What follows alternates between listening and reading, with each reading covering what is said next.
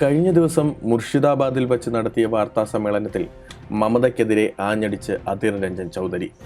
BJPയെ ഭയന്നാണ് മുഖ്യമന്ത്രി മമതാ ബാനർജി പ്രസ്താവനകളും നിലപാടുകളും മാറ്റിക്കൊണ്ടിരിക്കുന്നത് എന്നാണ് പശ്ചിമ ബംഗാൾ കോൺഗ്രസ് അധ്യക്ഷൻ അധീർ രഞ്ജൻ ചൗധരി പറയുന്നത്.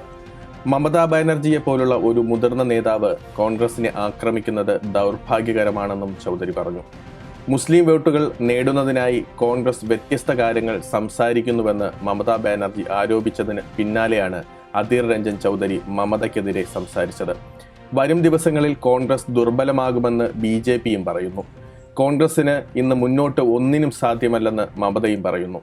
അവരുടെ മനസ്സിലുള്ളത് എന്താണെന്ന് തനിക്ക് മനസ്സിലാക്കാൻ കഴിയുന്നില്ല. എന്നാൽ ഇന്ത്യ ബ്ലോക്കിലുള്ള ഒരു നേതാവ് ഇത്തരം കാര്യങ്ങൾ പറയുന്നത് നിർഭാഗ്യകരമാണെന്നും രൂക്ഷമായ ഭാഷയിൽ അധീർ രഞ്ജൻ ചൗധരി പറഞ്ഞു. മമതാ ബാനർജിക്ക് BJPയെ ഭയമാണെന്ന് തോന്നുന്നു. അതിനാലാണ് അവർ ഓരോ ദിവസവും നിലപാട് മാറ്റി പറയുന്നത്. വരുന്ന ലോക്സഭാ തെരഞ്ഞെടുപ്പിൽ കോൺഗ്രസിന് 40 സീറ്റുകൾ പോലും ലഭിക്കാൻ സാധ്യതയില്ലെന്ന തൃണമൂൽ മേധാവിയുടെ പരാമർശത്തോട് പ്രതികരിച്ചുകൊണ്ട് ചൗധരി പറഞ്ഞു. വരുന്ന ലോക്സഭാ തെരഞ്ഞെടുപ്പിൽ ബംഗാളിൽ ഇരു പാർട്ടികളും തമ്മിൽ സഖ്യം പരാജയപ്പെട്ടതിന് കാരണം അധീർ രഞ്ജൻ ചൗധരിയാണെന്ന് തൃണമൂൽ കോൺഗ്രസ് ആരോപിച്ചിരുന്നു.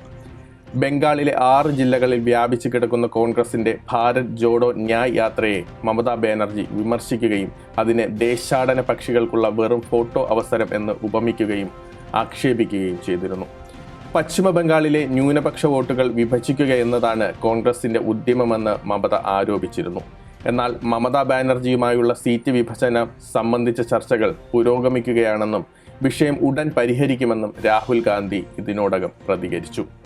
അതിനിടെ സംസ്ഥാനത്തെ 21 ലക്ഷം വരുന്ന Mahatma Gandhi national rural employment guarantee act തൊഴിലാളികൾക്ക് ഫെബ്രുവരി 21-നകം മുടങ്ങിക്കിടക്കുന്ന വേതനം സർക്കാർ നൽകുമെന്ന് പശ്ചിമ ബംഗാൾ മുഖ്യമന്ത്രി മമതാ ബാനർജി പറഞ്ഞു.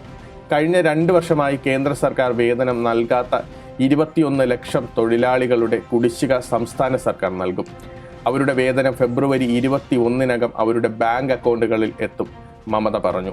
വിവിധ ക്ഷേമ പദ്ധതികൾക്കായി പശ്ചിമ ബംഗാൾ സർക്കാരിന് കേന്ദ്രം നൽകാനുള്ള കുടിശ്ശിക അനുവദിക്കണമെന്നാവശ്യപ്പെട്ട് പാർട്ടി നടത്തിയ 2 ദിവസത്തെ സമര പരിപാടിയിലാണ് മുഖ്യമന്ത്രിയുടെ പ്രഖ്യാപനം.